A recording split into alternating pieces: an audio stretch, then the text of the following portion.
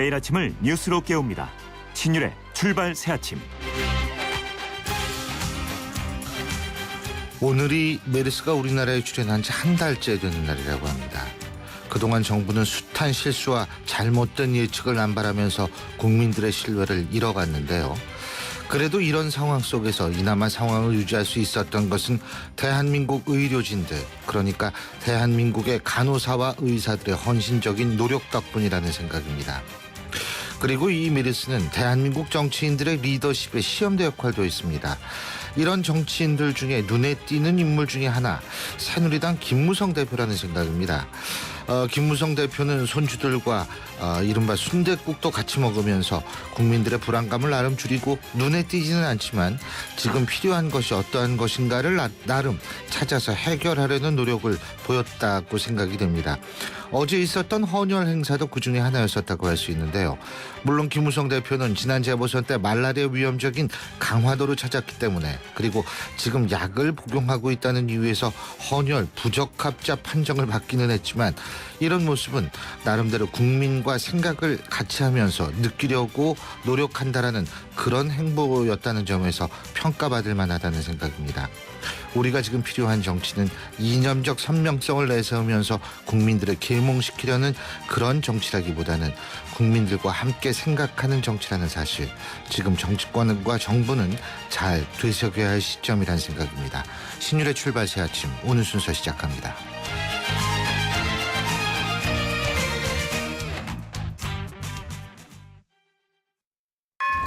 차 조심, 길 조심. 조심할 게 와 이래 많노. 조심할 게 참 많은 아이들의 등하굣길을 위해 삼성화재가 안전키트를 지원하고 있습니다. 어린이가 곧 모두의 희망이니까요. 봄이 왔어요. 당신의 봄, 삼성화재. 정우성입니다. 지금 대한민국에는 웰메이드 같은 옷집이 필요합니다. 웰메이드 가지요. 멋진 옷이 필요할 땐 웰메이드 가지요. 즐거운 곳, 즐거운 옷, 국민의 옷집으로 웰메이드 가지요. 국민의 옷집 웰메이드. 신율의 출발 새아침. 촌철살인 헤드라인.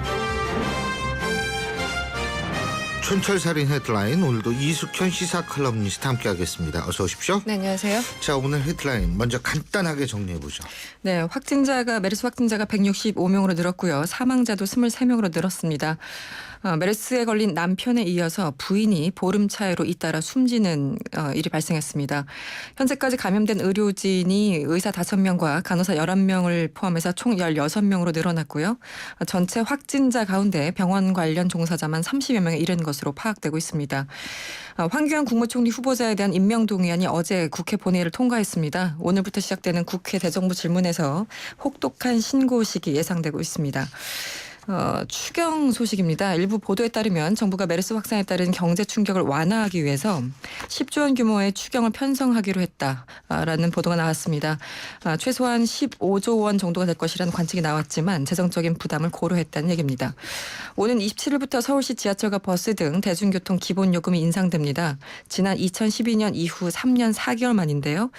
서울시와 함께 통합 환승 할인제를 하고 있는 경기도와 인천시도 역시 27일부터 가격 인상을 결정했습니다. 예, 먼저 그 병원 투석실 얘기 좀 해봐야 될 것 같아요. 네. 사우디아라비아가 이렇게 많은 치사율을 기록했던 이유 중에 하나도 이 사우디에서도 투석실 때문에 그렇다는 얘기가 있거든요. 네. 투석실에서 이제 메르스가 감염이 됐기 때문에. 근데 우리나라도 지금 병원 투석실을 이용한 환자가 확진 판정을 받았다, 이 얘기가 전해지고 있지 않습니까? 그렇죠. 예, 서울의 강동 경희대병원 투석실을 이용한 환자 165번 환자가요. 어제 메르스 확진 판정을 받으면서 투석실을 중심으로 대량 감염 사태가 벌어지는 것이 아니냐, 이런 우려가 나오고 있습니다. 18일 현재 이 병원 투석실을 이용하는 환자가 110명 정도가 되는데 지금은 일단 격리 조치된 상태라고 합니다. 투석의 경우는 보통 주당 한 3회 정도 실시를 하고요. 한 번에 4시간에서 5시간이나 걸리기 때문에 다른 환자들에 비해서 노출 위험이 더 클 것으로 보입니다. 만약에 이 165번 환자가 투석실을 오염시켰다면 장시간 투석을 받은 다른 환자의 감염 가능성도 상당히 높아 보이는데요. 한편 이 지금 최전선에 있는 병원 관계자들, 이들에 대한 확진 판정도 잇따르면서 대책 마련이 시급해 보인다는 지적이 나오고 있습니다. 지금 대책이요? 뒷북 대책도 없다 뭐 이런 얘기가 나오는데요. 예. 네. 아니 지금 대책이라고 그러니까 갑자기 네. 새삼스러워서. 웃으시는군요. 예. 네. 메르스 확진 판정을 받은 부부 또 이 부부가 함께 돌아가셔서 상당히 마음이 좀 씁쓸하더라고요. 그렇습니다. 어제 대전에서 치료받던 80대 여성 환자가 숨졌습니다. 이 여성은 지난 3일 숨진 그 36번째 환자의 배우자인데요. 이 메르스 확진 판정을 받은 부부가 함께 사망한 사례는 이번이 처음이라고 합니다. 이 환자는 지난달 28일에서 30일 사이에 건양대 병원에서 자신의 남편을 병 간호하고 있었는데 당시 16번 환자와 같은 병실에 있다가 감염된 것으로 보건당국은 파악하고 있습니다. 더 안타까운 것은 이 일가족 대부분이 자택 격리 조치돼 있었기 때문에 지난 3일 아버지의 임종도 제대로 지키지 못한 것으로 전해졌습니다. 예, 지금요 그 편지 아시죠? 아, 네. 그 아버지 그러니까 남편 아들 딸이 돌아가시는 그 어머니를 위해서 쓴 편지 간호사가 대신 읽었다고 하는데 지금 메르스는 실제로 이런 일들을 많이 발생시키는 것 같아서 더 가슴이 많이 아파요. 네. 예. 참. 근데 이 치사율도 점점 높아지는 것 같아서 걱정입니다. 그렇습니다. 23명. 네. 예. 지금 그러니까 결핵이 6에서 7%라고 그러거든요. 독감은 그보다 훨씬 떨어져요. 네. 그러니까 메르스가 이게 얼만큼 지금 좀 두려운 질병인지를 알 수 있게 하는 부분인 것 같아서 걱정인데. 네. 근데 지금 황교안 국무총리 이제 총리죠. 이제 본인이 총리죠. 이제 메르스 컨트롤 타워 자칭입니다. 지금 이렇게 주장을 하고 있는데 임명 동의안 어제 통과가 됐죠. 그렇습니다. 52일 만에 대한민국에 다시 총리가 생겼습니다. 어제 실시된 본회의 무기명 투표 결과 재석 의원 278명 가운데 찬성이 156표, 반대가 120표, 무효표가 2표가 나왔습니다. 새정치민주연합은 의총에서 표결 참여 여부를 놓고 격론을 벌인 끝에 결국은 표결을 했는데요. 다만 원내 5석을 보유한 그 정의당은 6명의 그동안의 총리 후보자 가운데 가장 의혹이 많은 종합 선물 세트 같은 후보자라면서 표결에 전원 불참하기도 했습니다. 근데 이게 참 신기한 게 아니라 좀 그런 게 네. 각 정당이 전원 아주 그냥 그 당의 뜻을 따라서 한쪽은 전원 찬성, 한쪽은 전원 반대 이랬던 것 같아요. 네. 당론이죠 일종의. 네. 근데 그게 사실은 지금 원내 대표 체제를 유지하고 있잖아요. 네. 그렇다면은 실제로 원내 정당이 됐을 때는 크로스 보팅.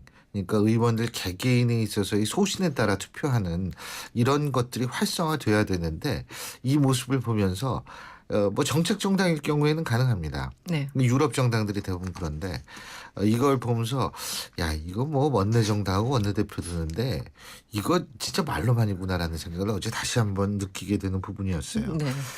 황교안 총리는 총리 취임식보다는 먼저 국립의료원 방문했었죠? 그랬습니다. 네. 일단 그 황교안 총리가 취임 첫날부터 이제 메르스가 종식될 때까지 비상근무에 들어가겠다 이렇게 선언을 했습니다. 그러면서 임명장을 받은 황 총리는 가장 먼저 이 국립중앙의료원 그리고 중구보건소를 방문했는데 바로 이 자리에서 이 컨트롤 타워가 돼서 메르스 종식에 선봉에 서겠다 이렇게 강조하기도 했습니다. 그동안 컨트롤 타워가 어디인지 참 궁금하셨던 분들 많은데요. 일단 예. 총리가 정리를 한 것 같습니다. 이후에 서울 그 청사 그리고 세종 청사 간의 영상회의 형식으로 메르스 범정부 대책회의가 처음 진행됐는데요. 황 총리는 국민 불안이 해소되지 못하고 있는데 무거운 책임감을 느낀다면서 메르스가 종식될 때까지 비상근무에 들어가겠다고 밝히기도 했습니다. 해소의 방법은 간단합니다. 그건 뭐냐면 있는 그대로 국민들이 왜 그렇게 느끼고 있는지 있는 그대로 받아들이면 되는 거예요. 근데 그게 지금 정부가 상당히 어려운 모양이더라고요. 그 점이. 전 그 점이 굉장히 좀 안타깝다는 생각이 드는데 어쨌든 원래 이런 문제는 총리가 컨트롤 타워 대부분 다 하거든요. 원래 그래야죠. 그렇죠. 네. 고건 총리가 2002년, 2003년이죠. 사스 당시에. 때도 네. 고건 총리가 컨트롤 타워 역할을 했기 때문에 이번에 황교안 총리 사실 메르스가 황교안 총리의 운명을 결정짓는다라고 저는 생각을 하고 있습니다. 어느 정도 잘하는지 지켜보겠습니다.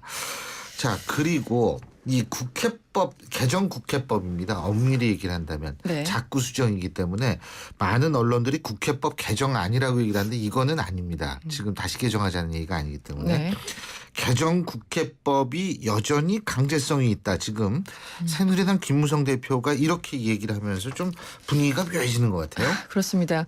이 박근혜 대통령이 거부권을 여전히 시사하고 있는 가운데 이 개정 국회법 말씀하신 네. 그 개정을 다시 이제 국회로 돌아오기 전에 어쩜 좀 자락을 깔아놓는 게 아닌가 뭐 이런 분위기가 형성되고 있습니다.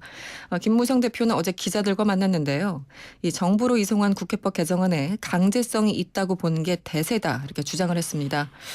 본인은 그리고 다른 의원들 역시 입법 당시에는 물론 위헌이라고 그렇게 생각하지 않았다면서도 다수의 헌법학자들이 위헌성이 있다고 해서 저희도 참 난감한 상황이다 이렇게 말하기도 했는데요. 국회의원 211명이 찬성을 하고 또 수정까지 거친 법안에 대해서 그 여당 대표가 발언한 건데 이 지켜보는 국민들이 더 난감해 보입니다. 근데 이거는요. 네. 우리가 이제 재의결 요청을 한다. 거부권 행사죠. 네. 이것이 미국 같은 경우에도요. 대통령이 거부권 행사를 해서 다시 의회로 돌아온 법안이 그대로 대통령이 얘기 무시하고 그대로 통과되는 경우는 거의 없습니다.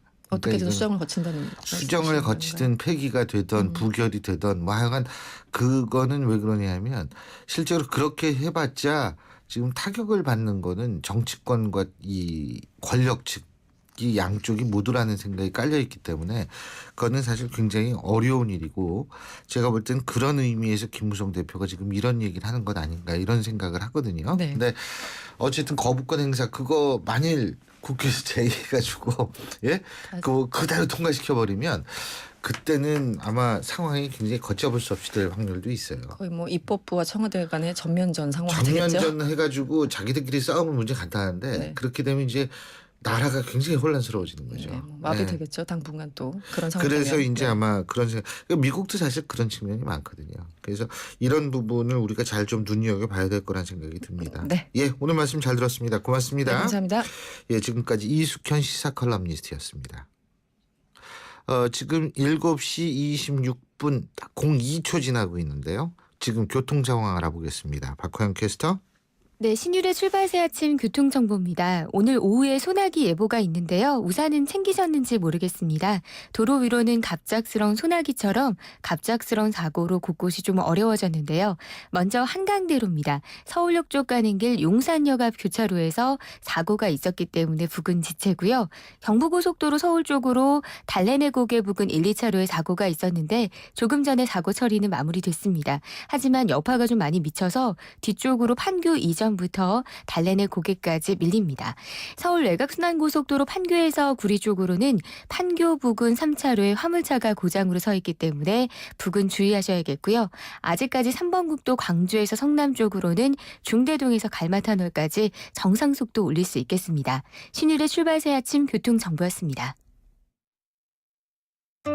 가나다라 마바사 자차카타파 전해주고 싶은 얘기 바람 명에 담으면 한글이 모자랄지도 몰라 영 하나에 담을 수 없는 초정탄산수 이야기 파란을 일으키다 초정탄산수 이 차가 새로 나온 산타페 더 프라임입니다. 강인한 외관과 편안한 승차감으로 잠깐, 외관은 딱 봐도 강인해 보이는데 속은 어떻게 알죠? 지금 타보시면 압니다. 가까운 현대자동차 시승센터를 방문하세요. 시승 신청은 현대자동차 홈페이지 참조. New thinking, new possibilities. 현대자동차. 신율의 출발새 아침 1부 순서는 여기서 줄입니다. 잠시 뒤 2부에서 뵙죠. 립스틱 원료가 지렁이? 한국산 무당거미에서 추출된 천연효소 아라자임이 천연 화장품으로 개발되어 수출까지? 네, 생물자원은 우리 생각보다 더 바이오 산업계에 큰 역할을 하고 있답니다. 기능성 식품과 화장품은 물론 의약품 60에서 70%가 생물자원에서 얻어진다고 하네요. 하지만 이러한 생물자원을 이용하기 위해선 원산지 국가에 많은 로열티를 지불해야 한다는군요. 생물자원이 국가 자산이 되는 시대, 생물자원을 보존하고 아끼는 일이 정말 중요하겠죠? 이 캠페인은 우리 생물자원을 지키는 환경부 국립생물자원관이 함께합니다. 국민권익위원회는 공공부문의 우월적 지위 및 권한을 남용한 부패 행위에 대해 5월 11일부터 100일간 특별 신고 기간을 운영합니다. 첫째, 인허가 및 계약 과정에서의 권한 남용. 둘째, 정보 및 편의 제공의 대가를 요구하는 등 감독 단속 권한 남용. 셋째, 허위 계약서 묵인, 인건비 미지급 등 예산 및 회계 권한 남용. 넷째, 각종 인사권 남용으로 인한 부패 행위 모두가 신고 대상입니다. 신고는 청렴신문고, 부패 공익침해신고센터 등 온오프라인과 모바일 앱을 통해 신고 상담은 국번 없이 120이나 1398로 가능합니다. 여러분의 적극적인 참여가 공정하고 평등한 대한민국을 만듭니다. 이 캠페인은 국민권익위원회가 함께합니다. 소통의 아침을 여는 공정한 목소리. 신율의 출발 새 아침.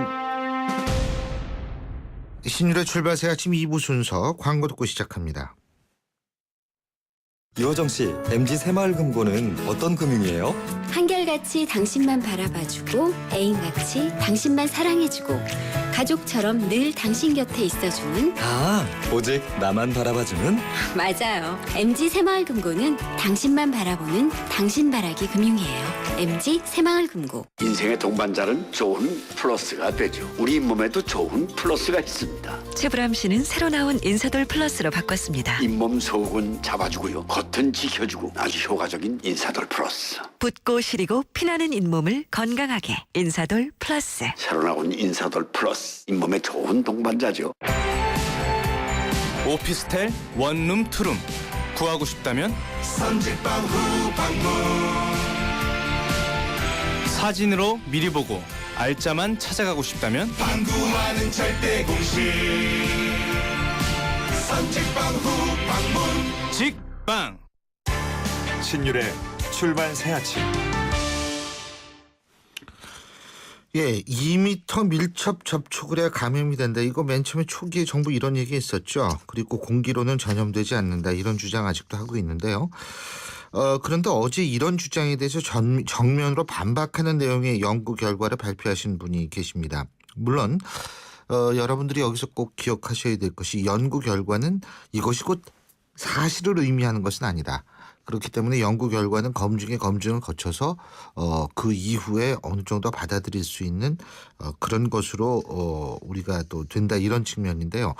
자, 이런 연구 결과를 그래서 저희가 한번 직접 들어보는 시간을 갖겠습니다. 고려대학교 의과대학 예방의학교실 최재욱 교수 연결합니다. 교수님 안녕하십니까? 네, 안녕하세요. 최재욱입니다. 예. 뭐 직접적으로 한번 제가 여쭤볼게요. 네.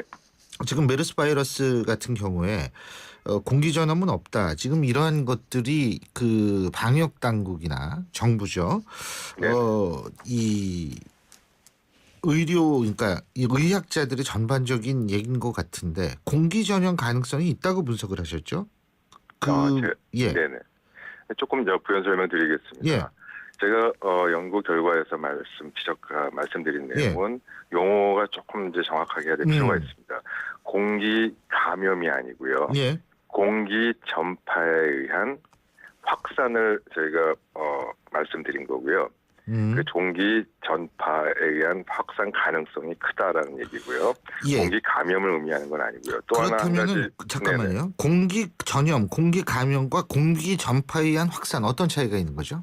예, 이거는 예방을 어떻게 할 것이냐, 그 다음에 접촉자 범위를 어디로 할 것이냐, 격리 차단을 어디까지 할 것이냐와 관련된 기준을 결정하는 원칙이 되기 때문에 굉장히 그 부분에서 중요해서 말씀드립니다. 제 얘기는 공기 전염은 어떤 거고 공기 전파에 의한 확산은 어떤 거냐는 얘기예요. 공기 전염이나 감염은 실제 환자를 일으키는 부분을 병을 일으키는 것을 이제 의미하고요. 예, 그 병을 일으키기 전에 병원균 혹은 바이러스가 어떤 경로를 통해서 어디까지 전달하느냐, 어디까지 퍼지느냐를 그 과정을 설명하는 겁니다. 예, 저는 아직도 사실 이 양자의 차이를 잘 모르겠네요, 제가. 죄송합니다. 제가 아닙니다. 다시 한번 말씀드리면 예를 한번 들어주시죠, 예를. 네네. 이 바이러스가 가래나 재채기통에서 나오지 않습니까? 예. 그럼 이 바이러스가 사람 몸에 들어와야 병이 생기는 건데. 그렇죠. 네, 들어올 때 호흡기를 통해 들어올 수 있고요. 예. 손에 묻어서 이거를 세수하다가 입을 만지다가 그게 그렇죠. 다시 입을 통해 들어오거나 이렇게 들어올 수 있죠. 예.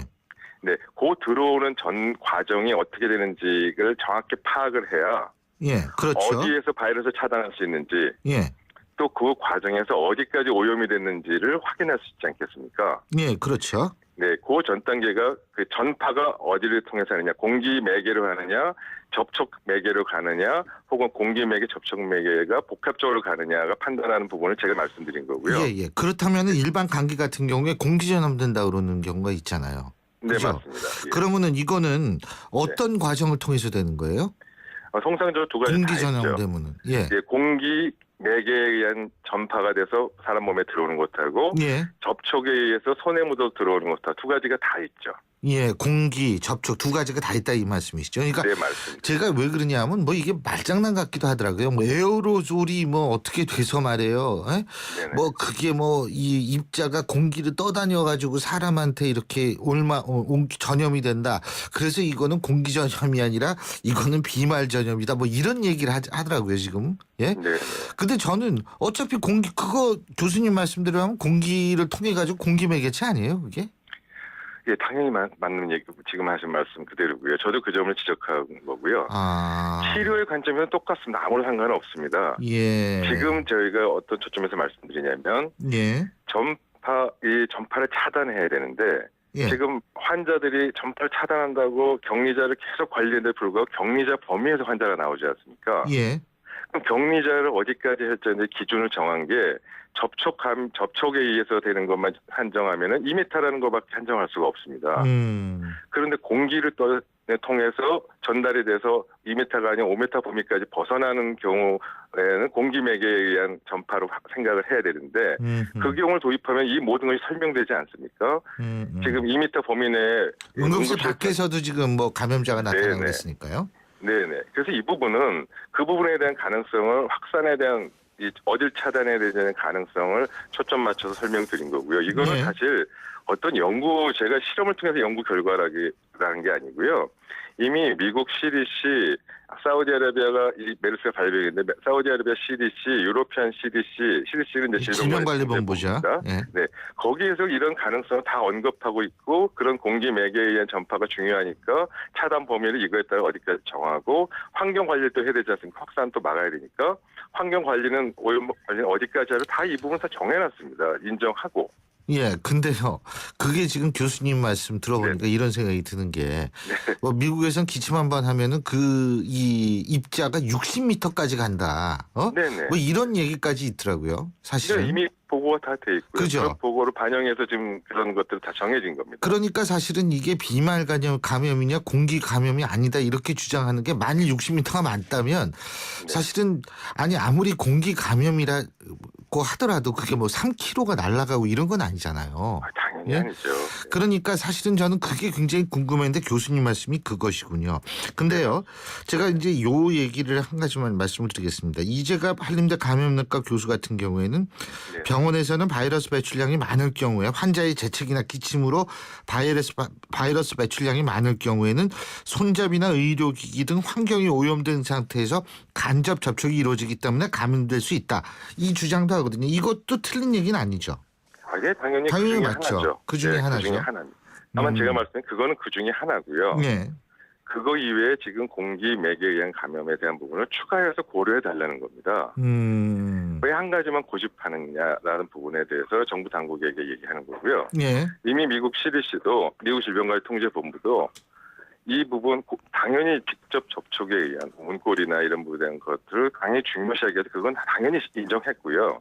그거 이외에 추가로 공기 매개에 의한 전파 부분도 추가로 항목을 만들어서 이 부분도 같이 고려된다라고 얘기한 부분이 있어서 그리고 그 부분은 과학적으로도 다 모든 과학자가 거의 대부분 인정하는 부분입니다. 그래서 그 부분을 추가로 저희가 가능성을 고려해야 되는데 아직 질병관리본부나 방역 당국이 그 부분에 대해서는 여전히 보수적이었고 또 그런 것 때문에 지금 추가 환자 계속 많이 발생하는 부분에 대해 대처하기 위해서는 이 부분이 반드시 고려가 필요하다는 점을 말씀드린 겁니다.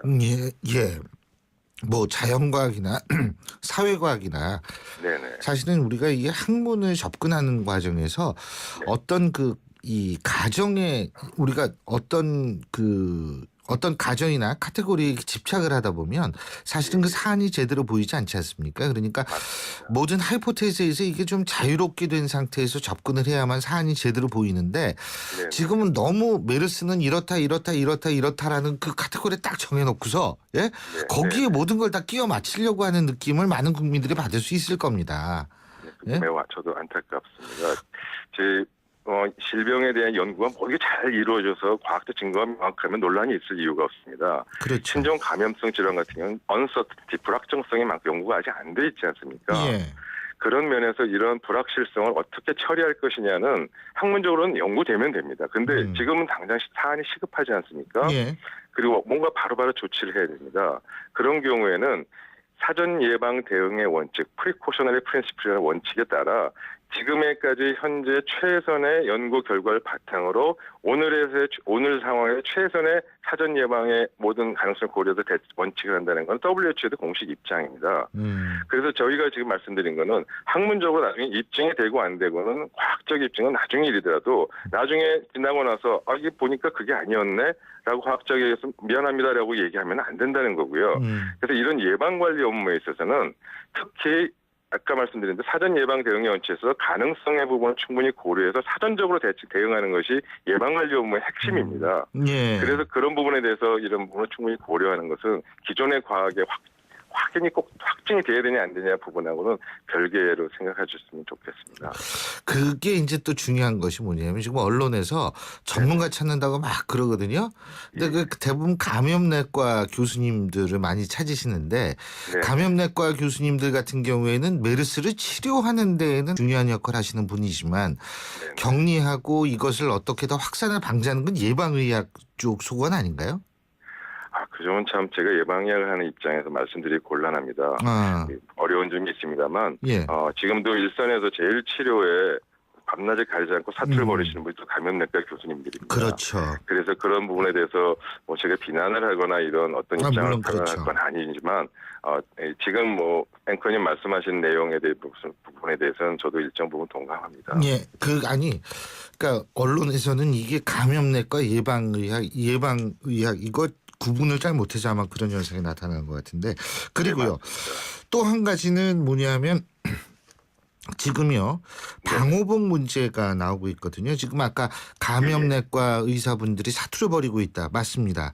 간호사분들 진짜 사투 벌이고 있는데 이분들의 안전을 우리가 지켜드리기 위해선 제대로 된 방호복이라도 있어야 되는 것 아닌가 이런 생각이 드는데요. 그죠? 네, 맞습니다. 자, 이 좋은 방호복을 공급할 수 있도록 해야 되는데 이거 안 되는 모양이죠? 여러 가지 좀 다급하게 시급하게 이 모든 일이 이루어지다 보니까 원활하지 못한 점이 있는 건 사실입니다. 그러나 지금 현 정부 보건당국이 얘기하고 있는 방호복은 지금 D급에 해당되는 부분을 공급하고 있고요. 그다음에 C급도 같이 병행해서 사용하고 있습니다. 그래서 이 두 가지의 차이는 완벽하게 방수 처리처럼 될 정도로 완벽하느냐 그다음에 좀 활동성이 있게 만든 거냐가 이제 D급이고 완벽하게 차단한 거가 이제 C급이라고 생각하시면 되겠습니다. 근데 현실적으로 이 상황에 따라서 굉장히 좀 위험한 즉 감염의 우려가 높은 경우는 C급을 사용하고요. 그렇지 않은 일상적인 치료 부분이나 응급실 선별진료소에서는 D급으로도 충분합니다. 그런데 이 부분이 좀 생각하셔야 될 거는 정확한 보호구를 어느 곳에 어느 상황에 선택할 것인지가 제일 중요하겠고요. 두 번째로 중요한 건 이 옷을 입고 벗고 하는 이 사용법과 훈련이 중요한데 이런 부분이 이제 급하게 하다 보니까 초기 단계에서 좀 어려움이 있었고요. 그래서 지금 C급이냐 D급이 좋으냐라는 논란은 적절치 않고 저는 C급, D급 정확하게 지금 배분됐습니다. 아마 교육 훈련이 안 되다 보니까 그런 부분이 지금 좀 미흡한 점이 있는 건 사실입니다. 방호복은 충분합니까? 네. 교수님이 보실 때요? 현재 정부가 비축한 위기 상황에 대해서 비축한 이 방호복도 있고 이미 그 방호복에 대해서 충분히 확보된 걸로 저는 얘기를 들었습니다. 그거는 충분하다. 그렇군요. 그러나 실제 일선 현장까지 이제 이게 잘 전달이 되느냐 문제는 아직 이제 급하게 하다 보니까 일선 현장까지 100% 다 정확하게 전달되지 못한 부분은 있는데 그런 부분은 해결되리다 봅니다. 끝으로 간단하게 한 가지만 여쭤보겠습니다. 지금 마스크 쓰고 다니시는 분들 많은데 효과 있죠? 네, 일반적인 그 마스크는 이 천 마스크는요. 바이러스에 대한 부분을 막지 못합니다. 단지 침을 튀기거나 이런 그 미세 침마 등을 막을 수 있습니다. 그래서 그것하고 차이고요. 다만 일상생활 내 지역사회 내에서 일상생활에서 공기감염 가능성은 없기 때문에 예. 거의 없기 때문에 그런 마스크 정도만으로 충분하다고 생각드리고요. 굳이 제가 개인적인 의견을 말씀드리면 전 세계 WHO나 CDC나 많은 나라에서 일상생활에서 굳이 마스크를 쓸 필요는 없다. 다만 노약자분들이 다중시설을 이용해 사람이 많이 모이는 곳에 갈 때는 예. 그럴 때는 필요시에 따라서 일반 마스크를 사용해도 좋다. 그게 기본적인 가이드라인입니다. 예, 잘 알겠습니다. 교수님 오늘 말씀 잘 들었습니다. 고맙습니다. 네, 감사합니다. 고려대학교 의과대학 예방의학교실의 최재욱 교수였습니다.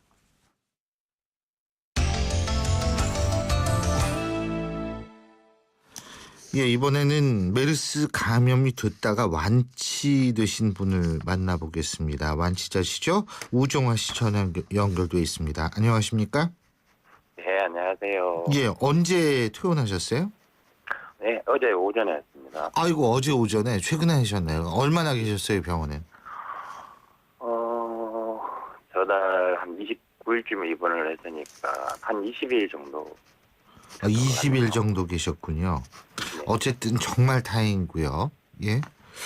근데 그 맨 처음에 지금 가족분들 중에서도 이 입원하고 계신 분이 있나요?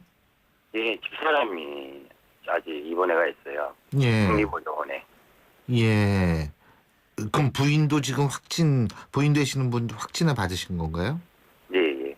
예. 근데요, 지금 20일 동안 병원에 계셨다고 말씀을 하셨는데, 그죠? 네.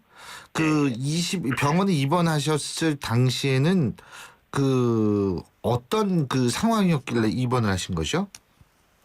처음에 이제 오한도 오고, 식은땀도 많이 나고, 예. 열나고 그래서 그냥 단순 감기로 생각했다가, 이제 일반 개인 병원 치료 좀 받다가 안 낫길래 이제 큰 병원을 갔죠. 예. 가니까 폐렴이라 그러더라고요. 예. 그러니까 나이대에 맞지 않게 좀 심하게 와 있다고. 그래서 입원을 했어요. 입원을 해가지고 있는데 이제 한 2, 3일쯤 있으니까 다른 검사를 좀 해보자고. 그때 이제 메르스란 말이 이제 한참 나왔어요. 이제 그때가 며칠 정도였죠? 5월 말일쯤 됐죠. 한 30일인가. 30일쯤인가. 그다 그래갖고 이제 따로 이제 검사를 하자 그래서 검사를 했는데 그때 이제 메르스라고 그러더라고요. 예. 메르스 그래가지고 예를 들면 오한이 나고 이렇다고 말씀하셨는데 어느 정도 증상들이 심했습니까? 근육통도 수반되는 걸로 알고 있거든요. 저는 그런 거는 별로 없었고요. 제일 심한 게 이제 열이 너무 나서 머리가 많이 아팠고. 예. 그러니까 오한이라는 게 이제 열이 많으면 오한이 나죠. 예. 네. 그러니까 처음에는 열 몰랐는데 이제 굉장히 춥더라고 계속. 추워갖고. 그렇죠. 입을 여러 개 차고 계속 덮게 되고 또 덥고 이래가지고 더웠다 막 이러니까 그냥 더워 입을 다 걷어치우고 가만 앉아 있는데도 옷이 흥건하게 젖을 정도로 식은땀이 많이 나고 그랬거든요. 예. 그래 제일 힘든 거는 이제 열 때문에 두통이 너무 심한 게 제일 힘들었어요. 선생님은 실례지만 연세가 어떻게 되십니까? 제가 한국 나이로 43. 44이셔. 아직 젊으신 편인데 그러면은 부인 되시는 분도 지금 완치 중에 상태는 어떠세요? 지금 제가 알기로는 자각 증상은 거의 없는 걸로 알고 있어요. 자각 증상은 거의 없다. 그러니까 오한이라든지 근육통이라든지 기침이라든지 이런 것은 거의 없다. 예. 그러면은 부인 같은 경우 부인 되시는 분도 이제 좀 있으면 퇴원을 하시는 거 아닙니까? 예, 저도 그렇게 알고 있어요. 그러니까 일단 검사를 하잖아요. 나오기 전에 객단 검사를 하는데 그게 이제 지금 계속 근데 양성으로 나오고 있다 그러더라고요. 예. 근데 여기서 분명한 것은 저희가 이렇게 선생님의 말씀을 듣는 것은 이게 메르스 환자들의 일반적인 경우다라고 절대로 말씀드리는 것이 아닙니다. 그죠? 이게 이제 경우에 따라서 전부 다른 경우이기 때문에 선생님 같은 경우에는 비교적 그래도 정말 아주 너무나 다행스럽게 완치가 되시고 또 이 아프신 경우, 그러니까 어떤 분은 그렇더라고요. 이게 독감보다도 덜 아팠다라는 분도 계시고, 너무 독감 뭐 이렇게 태어나서 이렇게 아파본 적이 처음이다라는 분도 계시거든요. 그렇기 때문에 사람에 따라 좀 다르실 것 같은데, 어쨌든 이 지금 메르스 공포에 시달리고 있는 우리 국민들에게 완치자로서 말씀 뭐 하시고 싶은 말씀 있으시면 좀 해주시죠. 네. 뭐 크게 그런 건 없는데 그냥 어려지 믿고 자기가 나을 수 있다는 그런 마음을 항상 가지시고 편안하게 마음 갖는 게 제일 중요한 것 같아요. 제 생각엔. 제가 그랬으니까. 저는 진짜 일단 가족들도 생각하면서 집사람도 아프고 있지만 서로 통화하면서 서로 간에 힘도 주고 응원도 하고 그런 게 좀 힘이 됐고, 그리고 그것도 있지만 제가 또 이제 의료진한테 부탁드리고 싶은 건 예. 그 환자들이 지금 격리돼 있는 상태지 않습니까? 예. 그러니까 환자들이 저는 그게 제일 힘들어요. 외로움 같은 것들이 이제 갇혀 있다는 것 때문에. 예. 그러니까 물론 전화성으로 가져가고 통화는 하지만, 예. 근데 당장 근처에서 누가 대화도 많이 해주고 얘기해주고 이런 게 좀 도움이 많이 되더라고요. 예. 이제 혼자의 외로움 같은 게 많이 떨어지니까. 예. 그러니까 제가 있는 병원에서는 어르신들이 그런 걸 참 잘해줬어요. 예. 그런 게 고맙더라고요. 그러니까 다른 데 계셔서 많은 힘들고 고생하고 계신 분들 예. 있지만, 예. 그처럼 환자들한테 좀 기본 형식적인 치료 그런 것만 하지 마시고. 알겠습니다. 심리 케어죠. 얘기해주고 해주면 좋겠습니다. 그래요. 근데 어쨌든 우리 의료진분들 너무 고생을 많이 하고 계시기 때문에 사실 어쨌든 다시 한번 축하드리고요. 다른 분들한테도 많은 힘이 됐으면 좋겠습니다. 오늘 말씀 잘 들었습니다. 고맙습니다. 예, 감사합니다. 예, 수고하십시오. 지금까지 메르스에 걸렸다 완치된 분이시죠. 우정화 씨와 얘기 나눠봤습니다. 시흥 백옷 신도시에는 클래스가 다른 엄마들이 있습니다. 보내는 학교도 누리는 문화도 사는 공간까지도 좋겠다. 할라비발디 엄마들. 서울대를 품은 신도시 시흥 백옷 할라비발디 캠퍼스 2차 주택전시관 개관 중. 문의 1688-2600. 오늘도 하품하다 하루가 다 갔어. 착한 활력이 필요해. 기운이 뿅 생겨났어. 활력이 슝슝 생겨났어. 착한 활력 비타민으로 채워주세요. 착한 드링크 비타오백. 사장님, 우리도 화상회의 되면 좋겠어요. 전자결제도요. 회사 메일도요. 우리같이 작은 회사가 그걸 어떻게 다 해? 올레 비즈메카가 있잖아요. 중소기업에 필요한 IT 솔루션을 부담 없이 간편하게. 올레 비즈메카. 문의 080-2580-007. 올레. 신율의 출발 새 아침 2부 순서는 여기서 줄입니다. 잠시 뒤 3부에서 뵙죠.